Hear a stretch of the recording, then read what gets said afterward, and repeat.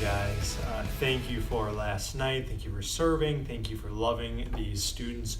Praying for opportunities for you to connect with some of the kids that are in your groups, or even some of the other kids. Opportunities maybe where you build relationship and that bleeds out into life. Maybe you're able to get a cell phone number and text or ask for prayer requests, or just kind of see how life is going for some of these students. Really thankful for the team. I love you guys. You do a great job, and I'm excited for how the Lord has blessed the youth ministry up to this point in this year, and I'm very confident in you in the months to come. And so just really excited for you guys. So we're going to be in Ephesians chapter 4 this coming week. So we're in this series, What Really Matters, and we're talking about what matters to God. Last night we talked about the heart, that God cares about our heart. He desires for us to love Him and to long for Him. Tonight we're going to talk, or I say tonight, next Wednesday we're going to talk about your community, and specifically we're going to talk about the church community, that the people of God matter not just to God, but should matter to God's people. And so we're going to be in Ephesians chapter 4, and we're going to read the first 6 verses in the chapter, and we're just going to see some things in the text about what God has to say about His people. And I'll just read it here. He says, I, a prisoner for the Lord, urge you to walk in a manner worthy of the calling to which you have been called, with all humility and gentleness, with patience, bearing with one another in love, eager to maintain the unity of the Spirit and the bond of peace. There's one body and one Spirit, just as you are called to one hope that belongs to your call.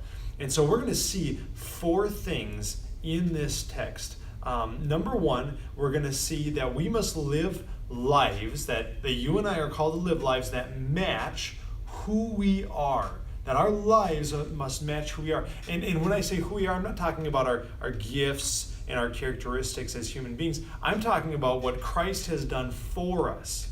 I think of terms like adoption and justification. Adoption, that we are sons of God. Justification, that we have been declared righteous by God, that we are no longer under the penalty of sin, but the just judge has declared us righteous. And so we must live in light of that. In fact, Paul says, I urge you. So he believes this, right? I urge you to live a life that matches who you are as a child of God, as one who's been made right by God, as one who belongs to God. Live in light of that, and live in a way that matches that. Because so often we don't, right? We don't live lives that match who we are as people who trust in Jesus and who love Jesus. Often our lives are disconnected from those realities. So the second thing we're going to see is that this life that we live, are called to live, is defined by humble and patient love.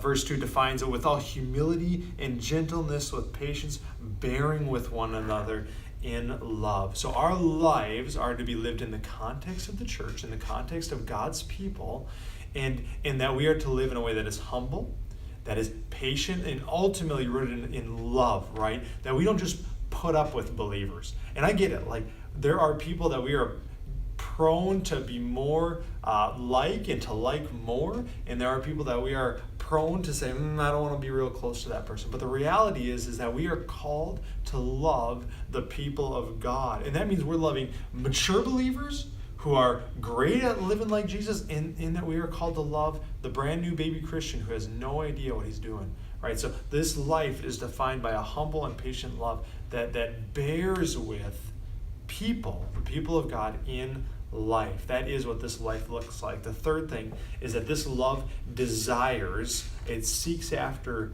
spiritual unity. So this is kind of it's maybe not the most accessible things for students to think about unity, but what we're going to talk about is that when we love God, and when we study His Word, read His Word, as we grow, right, as we grow as believers, there will be greater and greater unity.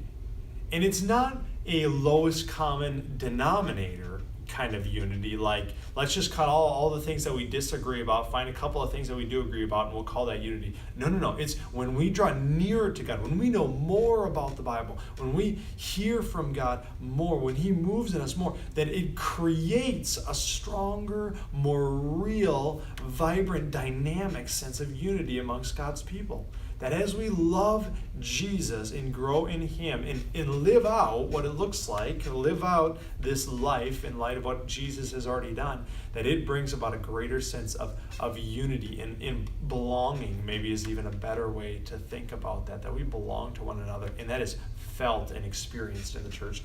And lastly, this unity is a result of God dwelling with his people. So we don't get together as like a club, right? We're not the church isn't a club. It isn't just like the YMCA. It isn't the golf club where people just kind of get together to do things every once in a while. That there's actually a person that's at the center of it. That God is at the center of his people, and so that's why there's actual unity.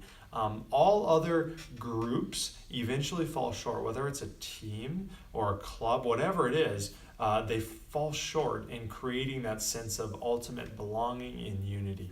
But because God dwells with his people, that's where you find your greatest sense of fulfillment and belonging.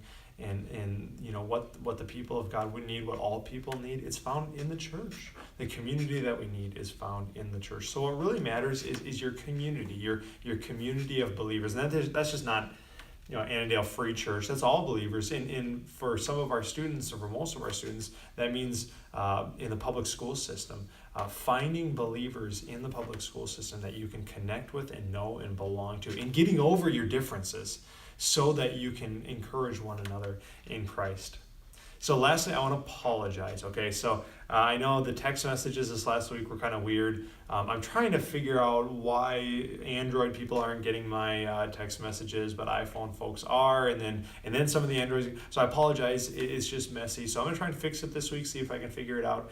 But otherwise, I look forward to next week. Oh, lastly, I know that some of you saw in the text message chain that Jim Welch had made a note of Jacob Miller is going to be doing some teaching. And that's true. I've been encouraged by the elders to train Jacob a little bit and just kind of give him an opportunity to teach. So at the beginning of November, Jacob is going to be doing some teaching.